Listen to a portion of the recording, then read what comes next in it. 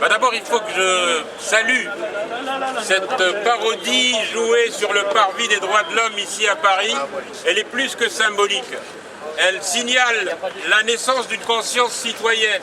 Et quand nous nous mobilisons contre l'allégeance, contre la bira, ça veut dire que nous nous mobilisons contre le despotisme, contre la dictature d'un seul, contre un facteur de division depuis des décennies. Mohammed VI vient de fêter sa 13e canonisation. Ça fait 13 fois qu'il est saint.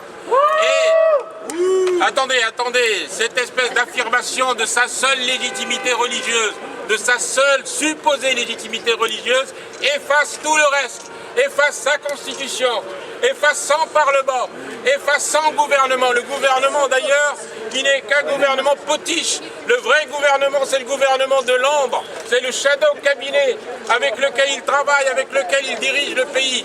Donc notre manifestation qui fait suite à celle de nos concitoyens au lendemain de l'officielle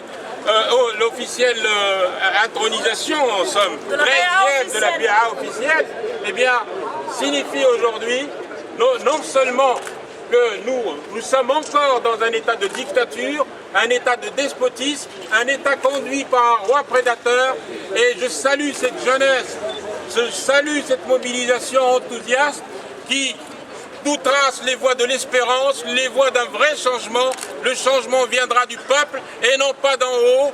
La démocratie ne se décrète pas par un souverain qui se réclame de la prophétie, mais de la conscience citoyenne que nous sommes en train de forger.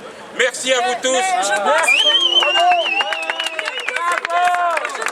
Ahmed, puisque nous sommes aujourd'hui en France et que je vois une affiche ici qui interpelle Martine Aubry et Nicolas Sarkozy sur les déclarations qu'ils ont faites sur le Maroc.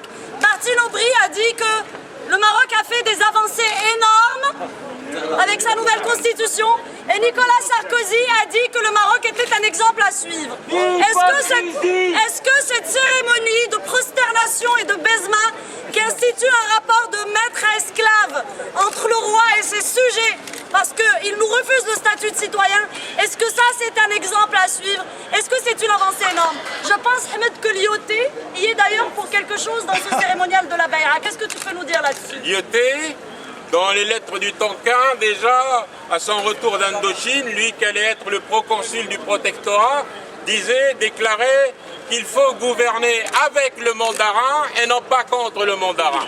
Lyoté d'ailleurs, à la suite de certains nationalistes entre guillemets marocains, a officialisé lui-même, encouragé cette forme d'allégeance qu'on appelle la bia.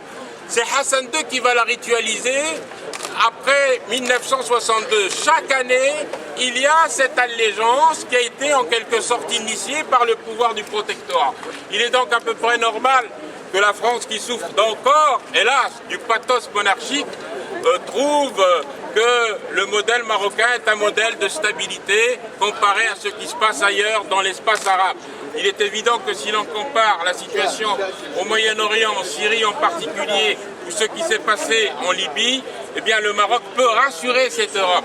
C'est encore cette forme de paternalisme néocolonial avec cette complicité socialiste incompréhensible, mais c'est aux Marocains, après tout, de décider de leur destin. Le destin du Maroc ne se joue pas à Paris ou à Washington, il se joue parmi les citoyens marocains. Nous entendons ces encouragements aux dictateurs et nous sommes là pour les dénoncer à juste titre. Il faut comprendre qu'il s'agit d'un islam de l'imposture, d'une utilisation de l'islam par un monarque, d'une source de légitimation que personne parmi le peuple ne lui donne.